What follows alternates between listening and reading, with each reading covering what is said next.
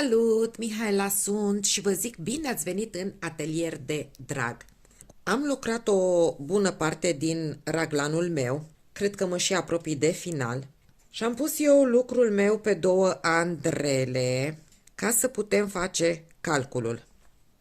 Practic, câte jeteuri aveți voi pe față, și pe o parte și pe cealaltă, adunate la ochiurile de început, trebuie să aveți ochiurile la care vă opriți acum. Deci avem bluzica noastră cu linie de raglan și ne apropiem de zona sub brațului. Și aici urmează să facem un calcul, să vedem câte ochiuri ne sunt nouă necesare la bust și la mâneci. Pentru că tot avem material lucrat, știm exact câte rânduri mai trebuie să facem, ce lungime vor avea rândurile alea. Eu mi-am scos bluza salvie unde am avut același model și mi-a fost foarte ușor să măsor, să văd câte rânduri am eu aici, după spălat cât vor ajunge. Este faza în care puteți să puneți tot lucrul pe un fir și să vă măsurați bluza pe voi. Este faza în care, dacă nu cunoașteți și nu sunteți sigure, cel mai bine, la fel, puneți toate ochiurile pe un alt fir și puteți să și spălați produsul, să lăsați să se usuce și să vedeți apoi cum se aranjează pe voi. Asta vorbesc dacă e prima dată când faceți așa ceva, dacă e prima dată când folosiți un anumit model, dacă e prima dată când folosiți un fir nou. Puteți recurge și la această variantă de a spăla. Și atunci vă măsurați bustul și vedeți câți centimetri de lejeritate doriți. Eu am zis că am să fac la bust 98 și cu 6 am să las, fac 104 cm. Nu-l vreau foarte mare. Și atunci la 104 cm, circumferința bustului, calculez să văd câte ochiuri am eu nevoie. Și dacă am zis că la 10 cm am 16 ochiuri, înseamnă că la 104 cm voi avea 104 ori 16 împărțit la 10, undeva 166-168 de ochiuri trebuie să am. Scriu aici 166. Asta înseamnă de jur împrejurul bustului. Dar eu știu că aici sub braț pot să mai adaug câțiva centimetri. La un bust mai mare, 5-6 centimetri. La un bust mai mic, mai puțin centimetri, 2,5, 3. Eu m-am obișnuit să pun de foarte multe ori 6-8 ochiuri, 8 îmi vin așa la îndemână mereu, iar eu la 8 ochiuri am 2, 4, am 5 cm. Deci eu pot să pun la sub braț maxim 8, pot să pun 6, pentru că sunt în faza în care eu pot să jonglez cu linia raglanului. La modelul acesta nu prea mi-aș mai permite eu, deși aici la zona sub brațului chiar aș mai putea lucra pentru că nu se mai văd creșterile.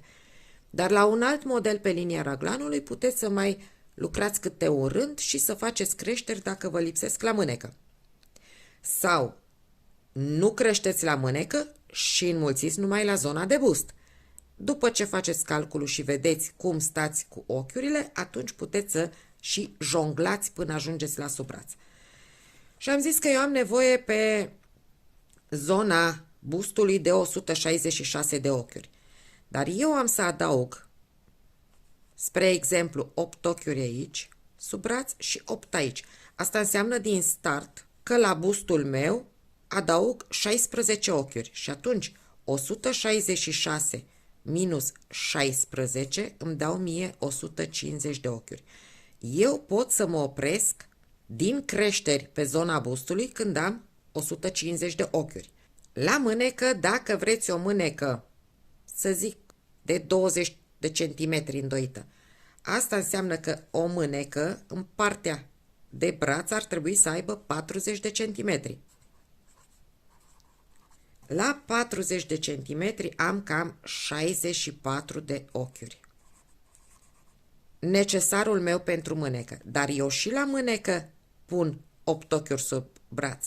Și atunci fac 64 minus 8, rămân cu 56 ochiuri mânecă. Asta la o mânecă lată. Dacă vreau mâneca de 18 cm, pentru că mie mi se pare cam mare de 40 pentru mine și am să mai scad, 18 ori 2, 36 de centimetri. 58 de ochiuri mi-au ieșit mie. Minus 8 la 50 de ochiuri mă pot opri. Da? În funcție de ceea ce dorim noi să avem.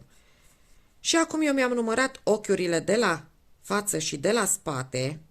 Țin cont că mai am 4 ochiuri pe linia de raglan pe care trebuie să văd cum le distribui. Iar eu am acum față 71, față plus spate, scriu așa, 71 plus 65, am 136. Plus 8 și cu 8, 16, am 152 de ochiuri. Fie mă opresc aici, din creștere, fie mai fac un rând de creșteri și mai scad de la sub braț câte un ochi. Sau două, pentru că îmi permit. La mânecă. Eu am acum la mânecă 47 de ochiuri. Am zis că trebuie să mă opresc la 50 pentru o mânecă mai mică. La 56 pentru o mânecă mai mare. Dar eu mai am 4 ochiuri de pe linia raglanului. Dacă pun mâneca 47 plus 2, da? Pentru că la fiecare mânecă pun 2 ochiuri de raglan, plus 8 sub braț, am 57 de ochiuri. Depășesc maximul de care am eu nevoie. Și tot așa le tatonez și stabilesc ce am eu nevoie și în funcție de cum stă bluza pe mine. Mai trebuie să lucrez sau nu mai trebuie să lucrez? Eu am luat bluza pe mine, din punct de vedere al liniei de raglan, ar fi bine. Cu ce se mai lasă punctul acesta după ce o spăl, mi-ar fi bine. Și atunci mă gândesc că eu am să pun 6 ochiuri sub braț, pentru că eu deja am suficient crescut, și am în faza actuală față plus spate 136 plus 12 am 148. La mânecă am 47 plus 6 o să-mi vină 53. La mânecă am zis că vreau între 50 și 56 și atunci 53 îmi sunt bune. La față am zis că îmi trebuie, aș avea nevoie de 150 de ochiuri și am 148. Atunci cele 4 ochiuri de pe linia raglanului le duc către bust. Plus 4 de la raglan am 152 de ochiuri. Și sunt în grafic cu 150 cât am spus eu. Îmi voi pune iarăși bluza mea pe o singură Andrea și vă arăt cum facem mai departe. Am terminat deja o bobină de alpaca și mai am încă din flora suficient și aici am vrut să vă reamintesc. Încercați ca bobinele acestea, când se termină și puneți fir nou, bobină nouă, să faceți îmbinarea aceasta într-o laterală, să nu o lăsați exact așa cum pică pe mijlocul feței. Ele se pot ascunde în cazul de față, că sunt subțirele, dar mult mai ușor sunt de ascuns când sunt pe laterale și nu pe mijlocul feței, spre exemplu. Și am lăsat aici un picuț să vă arăt cum fac și ochiurile acestea lungite. Deci eu sunt pe rândul pe dos.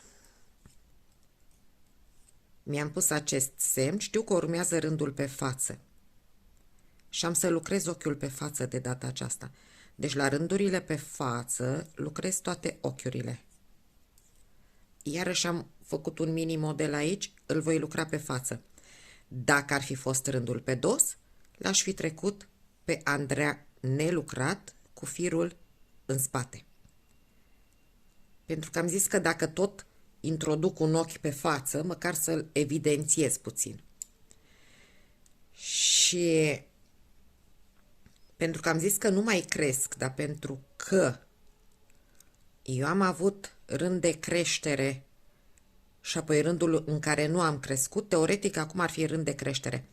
Dar vreau să vin și cu acest rând fără să cresc, ca ultim rând, și apoi să încep să-mi separ mânecile de trunchi, pentru că prea mi se nimerește jeteul acesta, ori eu chiar vreau să termin cu tot modelul acum. Și vin cu un rând pe față și mă gândesc că am să mai vin și cu un rând pe dos. Sunt pe fața lucrului, am terminat rândul pe față, încep rândul pe dos și am zis că ochiul alungit nu lucrez. Las firul în spate și le iau pe Andreea. Mă duc cu ochiuri pe dos. Mai am aici un ochi alungit, la fel. Eu am lăsat între ochiurile acestea alungite tot câte 7 ochiuri. De aici am lăsat 7, am făcut ochi alungit. Ca următorul să împice pe mijloc. 3 ochi alungit, 7. Data viitoare la fel. Intercalez până în laterală câte ochiuri alungite îmi în cap. Și mă duc acum până la mâneca stângă, sunt eu aici.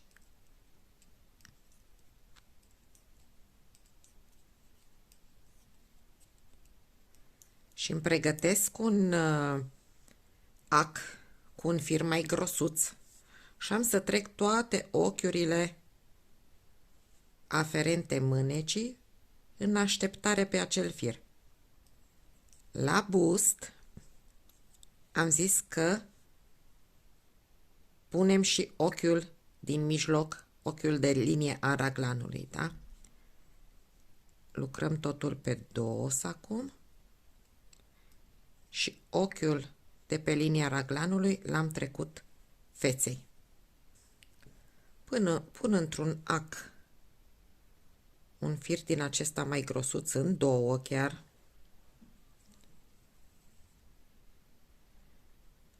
Și toate ochiurile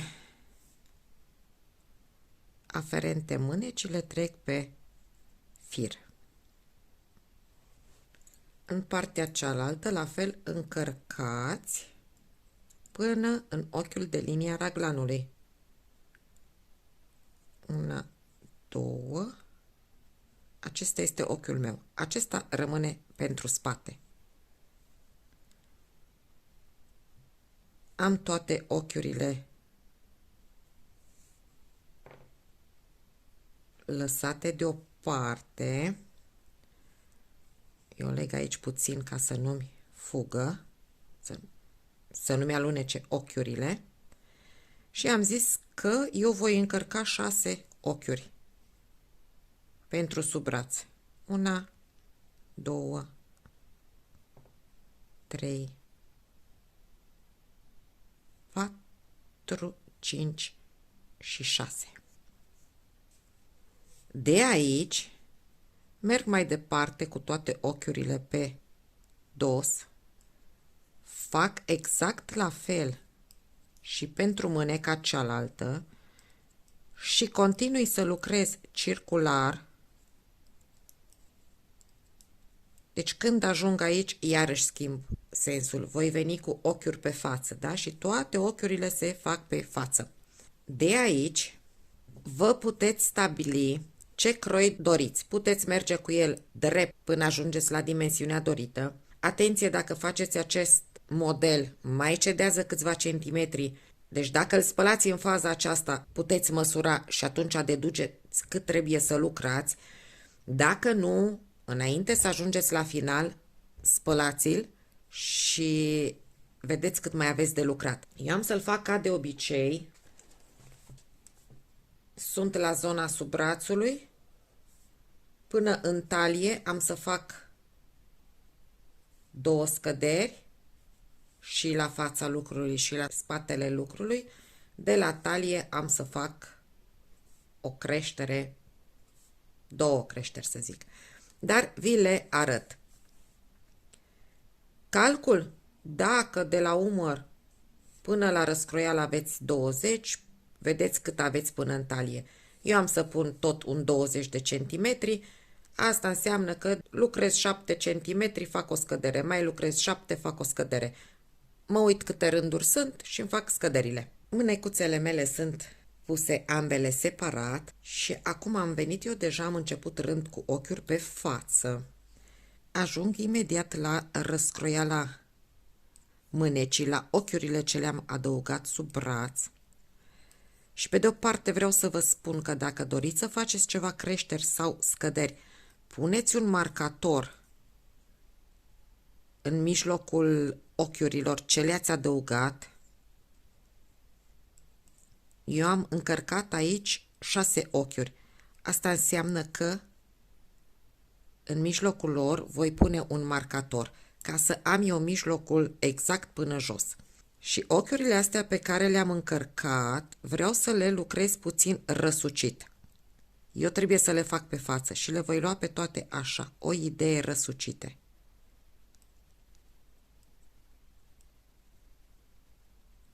Două și 3. Îmi pun aici un marcator și mai departe, dacă trebuie să le lucrați pe dos, la fel, lucrați-le în varianta răsucită.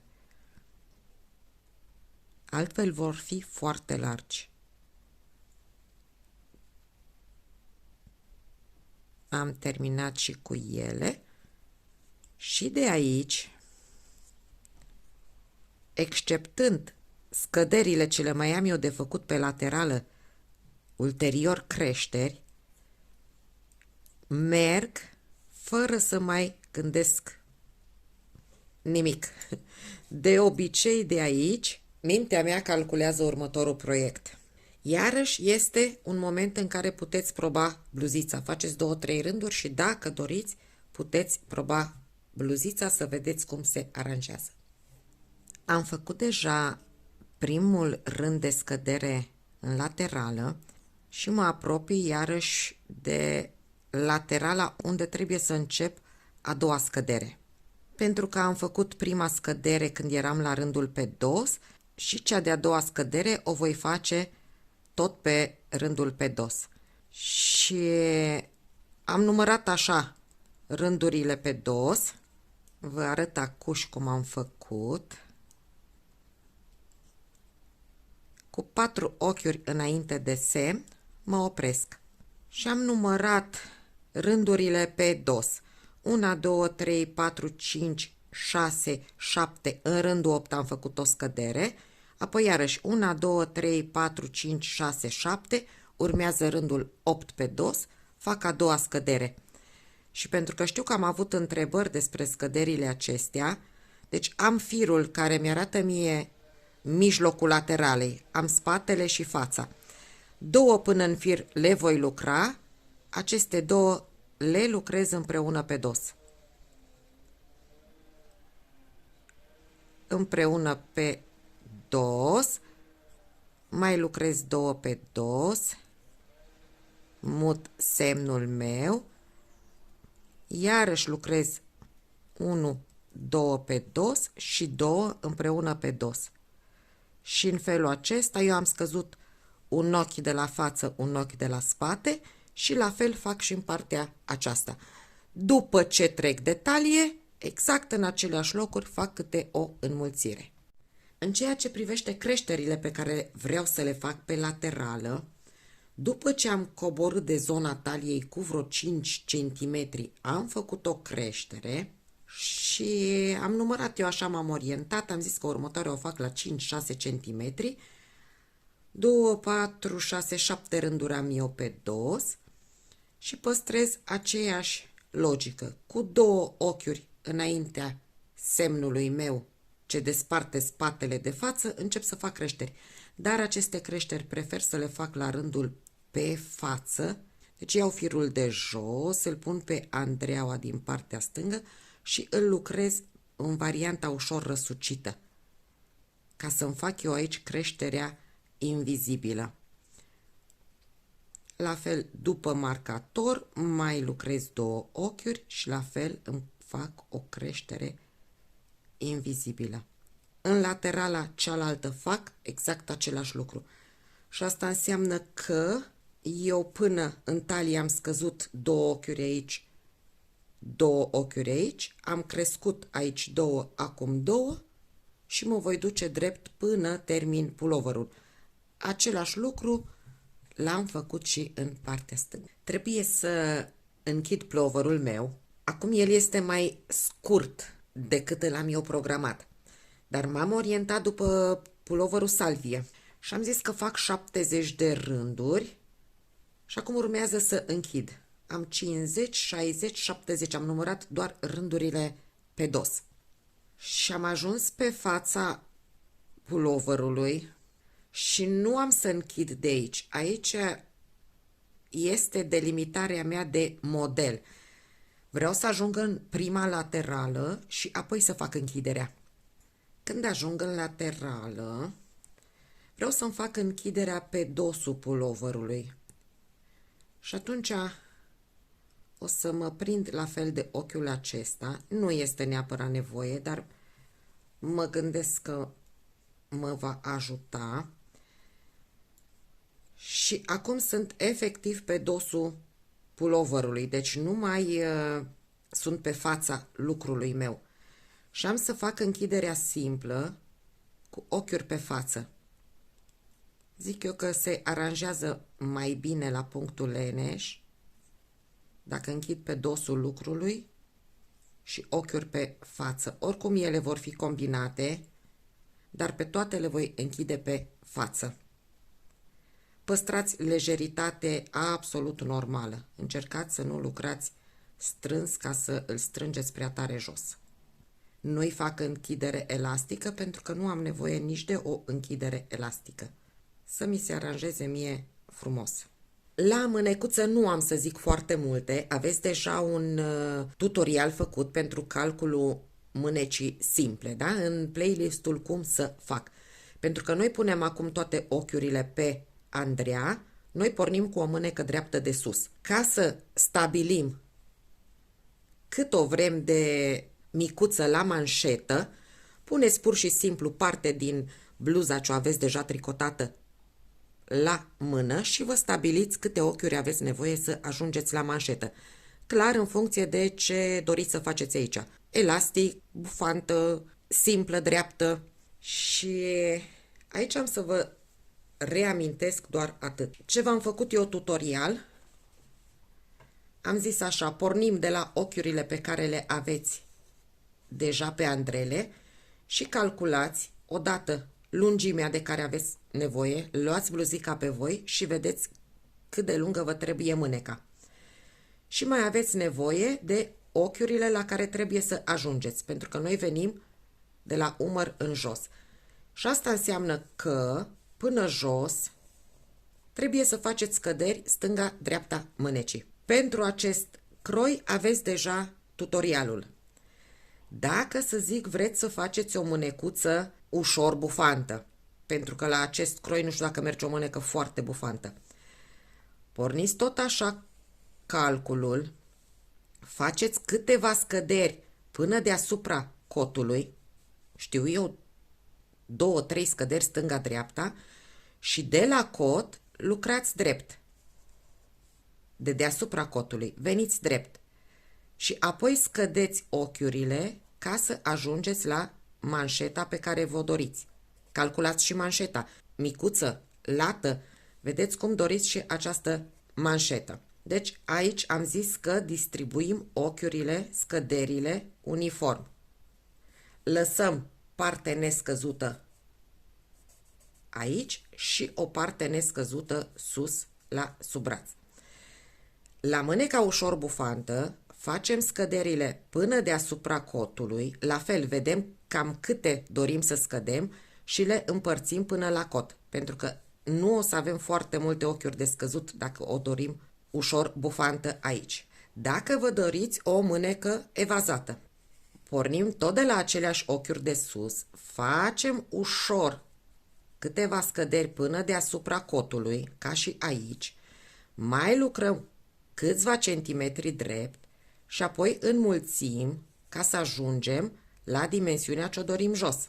Astea sunt așa câteva variante de mânecuță pe care am vrut să vi le las tot aici, ca să dezvoltați voi mai departe.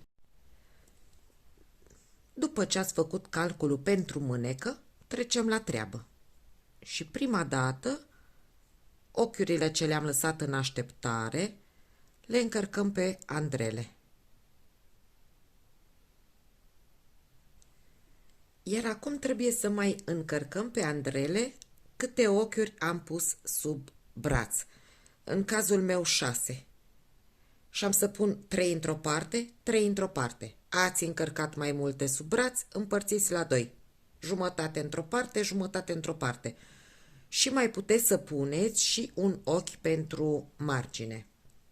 Aici îmi intervine mie dificultatea de care spuneam, pentru că eu va trebui să continui mâneca cu ochiuri pe dos. Și pentru că fac punct leneș, va trebui ca toată mâneca să o fac numai cu ochiuri pe dos.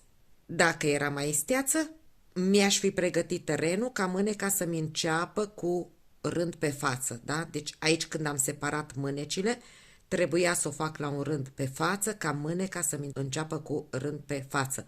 Dacă eu fac treaba asta acum, deja stric punctul leneș. Și aici a fost toată distracția mea, că a trebuit să lucrez doar cu ochiuri pe dos și a mers foarte greu. Deci aviz, să țineți minte, nu faceți punctul leneș numai din ochiuri pe dos. Ca să-mi încarc 3 ochiuri, fac o buclă, pun pe o singură andrea și încarc simplu 3 ochiuri. 2 și 3.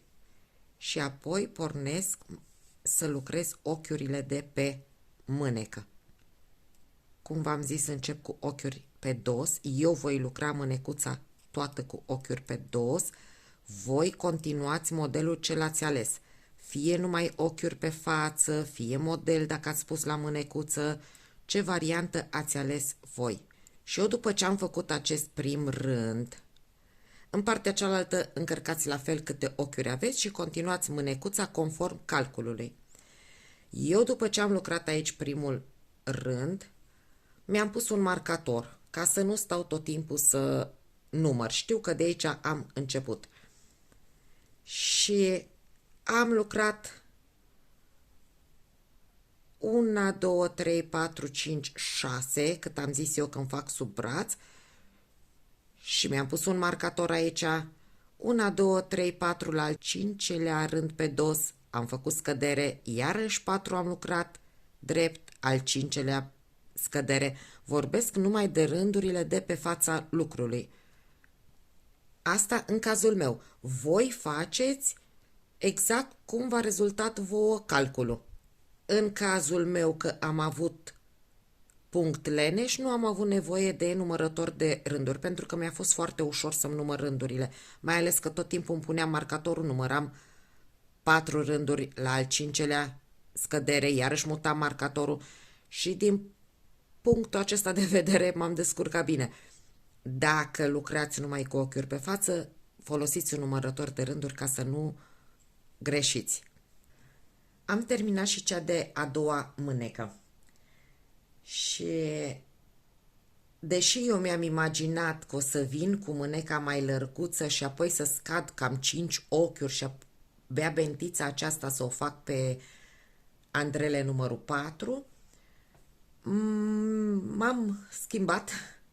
Am schimbat planul pentru că mi-a plăcut foarte mult cum arăta mâneca perfect dreaptă. Și aici am avut ultimul rând de scădere, am mai mers eu 5-6 rânduri drept, apoi am schimbat pe andrele numărul 4 și bentița am făcut-o din 3 rânduri pe dos. La fel, pe dosul lucrului am închis toate ochiurile. Și acum până să o spăl, nu vreau să o cos, am să o spăl așa, dar până să o spăl vreau să iau măsurile, să vi le zic și vouă, să le știu și eu, pentru că vreau să știu cât se lasă. Am făcut mai puține rânduri decât am calculat inițial, pentru că am senzația că partea aceasta unde am lucrat eu doar cu ochiuri pe dos arată o idee altfel decât partea în care am lucrat circular și mi-e teamă că la spălat va reacționa altfel.